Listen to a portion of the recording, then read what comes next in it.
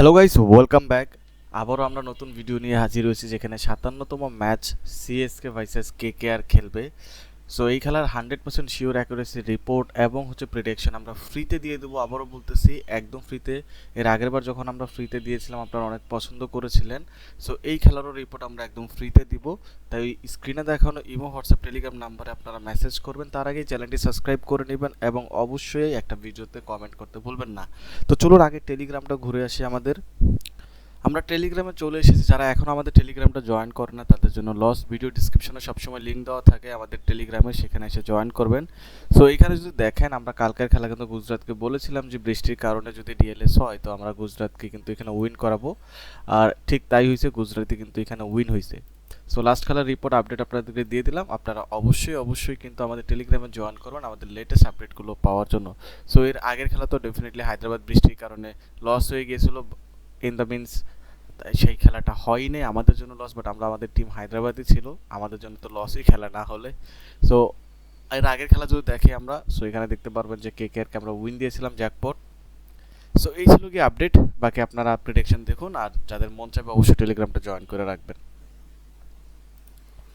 প্রিডিকশনে back করলাম। এখন প্রিডিকশনে back করার পর প্রথমে আমরা কথা বলবো কেকেআর এর ব্যাটিং অর্ডার নিয়ে, যেখানে লাস্ট ম্যাচের কেকেআর অলমোস্ট সব প্লেয়ারই কিন্তু ভালো খেলেছিল। বেশি এখানে যদি বলেন যে ভালো কে খেলেছিল, আন্ড্রে রাসেলের একটা ইনিংস এসেছিল হচ্ছে গিয়ে আপনার 25 বলে 57 রানের। সেই একটা রানের কারণে কিন্তু তারা 206 অবধি পৌঁছাইছিল, আদারওয়াইজ তারা কিন্তু 180-90-তে হয়তো খালাস হয়ে যেত। এবং রাজস্থানও কিন্তু খুব ভালো টক্কর দিয়েছিল, যেখানে প্রায় 205 রান তারাও মেরেছিল, মাত্র 1 রানে তারা হেরেছিল।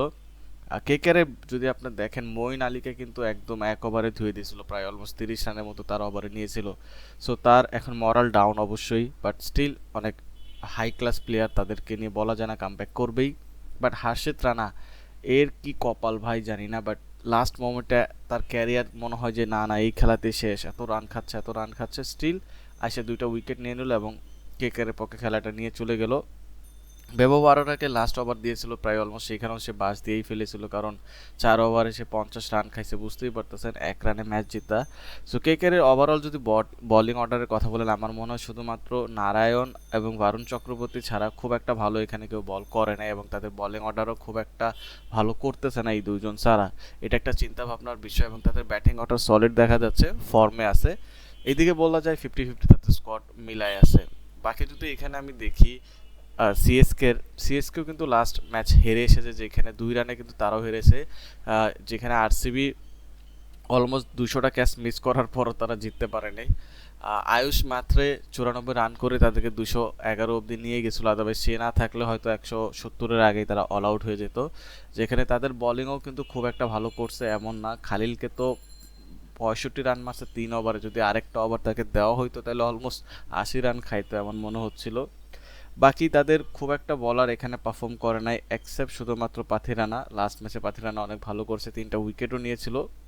বাকি সবারই একদম ওই রকমই চলতেছে। নূর আহমেদ বরাবরই ভালো করতেছে, বাট একটা বলার উপরে কতদিন টিকে থাকা যায়, এটাই হচ্ছে বড় কথা। তাদের ব্যাটিং অর্ডার কথা বললে এবারও পুরো ক্লপস বা ফেল বলতে পারেন, যেখানে জাডেজা এবং হচ্ছে গিয়ে মাত্র আয়ুষ মাত্রে অনেকটা ভালো করার চেষ্টা করছিল, বাকি কেউ খুব একটা এখানে ভালো করতে পারে নাই, এক্সেপ্ট এখানে ধোনিও কিন্তু ভালো করতে পারে নাই। সে তার খেলাটা ফিনিশ করা উচিত ছিল, বাট করতে পারে না। ইভেনচুয়ালি লাস্ট উইকেট এখানে শিবম দুবের ছিল, সেও এখানে খুব একটা ভালো কিছু করতে পারেনি।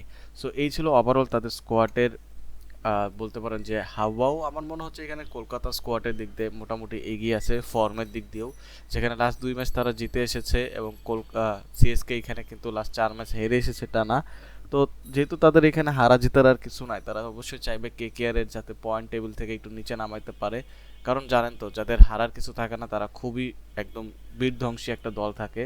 পয়েন্ট টেবিলের কথা না বললেই ভালো, 11 পয়েন্ট কেকেআর আর 4 পয়েন্ট হচ্ছে সিএসকে। হেড টু হেডের কথা বললে হেড টু হেডে এখানে সিএসকে এগিয়ে আছে ডেফিনেটলি। 6 ম্যাচে তারা জিতেছে 4 ম্যাচ, কেকেআর জিতেছে 10 ম্যাচের ভিতরে, বাট লাস্ট ম্যাচ কিন্তু কেকেআর জিতেছিল, সিএসকে মাত্র 103 রানই করতে পেরেছিল, যেখানে কেকেআর কিন্তু 10 ওভারেই খেলা শেষ করে দিয়েছিল। আর এখানে যদি দেখেন এই গ্রাউন্ডে মানে ইন্ডাইট গার্ডেনে কিন্তু কেকেআর 50% ম্যাচ উইন করে, আর এখানে কেকেআর এর যদি বিপক্ষে খেলে সিএসকে খেলে মাত্র 40% ম্যাচই তারা ইডেন গার্ডেনে উইন করতে পারে।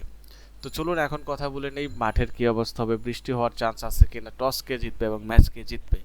আমরা যদি এখানে কথা বলি ইডেন গার্ডেনের, আমরা দেখতে পারবো যে এখানে 40% বৃষ্টি হওয়ার চান্স এই ম্যাচেও আছে। দ্যাটস মিনস এখানেও কিন্তু ডিএলএস এর মেথড রান হতে পারে। তো খুবই সাবধান থাকবেন আপনারা, অবশ্যই আমাদের থেকে রিপোর্টটা নিয়ে খেলবেন, যেহেতু এই রিপোর্টটা একদম ফ্রি, আপনারা এখানে ডিএলএস রিপোর্টটাও পেয়ে যাবেন। বাকি এখানে সেকেন্ড ব্যাটিং করলে উইনিং চান্সেস বেশি, অ্যাভারেজ রান এখানে 170 বা 180-র আশেপাশে হয়, এবং এইখানে পেসাররা বেশি উইকেট নেয়, স্পিনাররাও নেয়, বাট পেসাররা তুলনামূলক একটু বেশি উইকেট নিচ্ছে। বাকি এখানে রান কত হবে যদি আমার মতো মনে করেন, আমি মনে করবো এখানে 180+ রান হবে যেই টিমই ব্যাটিং করুক, এবং টস এখানে জিতবে হচ্ছে কেকেআর, এবং ম্যাচ কে জিতবে সেটা আমরা আমাদের টেলিগ্রাম, হোয়াটসঅ্যাপ এবং ইমোতে বলে দেবো। আপনারা যে যেখানে পারেন সেখানে মেসেজ করে নিয়ে নেবেন। আশা করি স্কোয়াডের অ্যানালাইসিং দেখে আপনারা বুঝে গেছেন কে উইন করবে। স্টিল আপনারা না বুঝলে আমাদের ইমো, হোয়াটসঅ্যাপ, টেলিগ্রাম একটা মেসেজ করে দেন, সেখানে আজকের এই রিপোর্টটা একদম ফ্রিতে আমরা দিয়ে দেবো। So take care, bye by.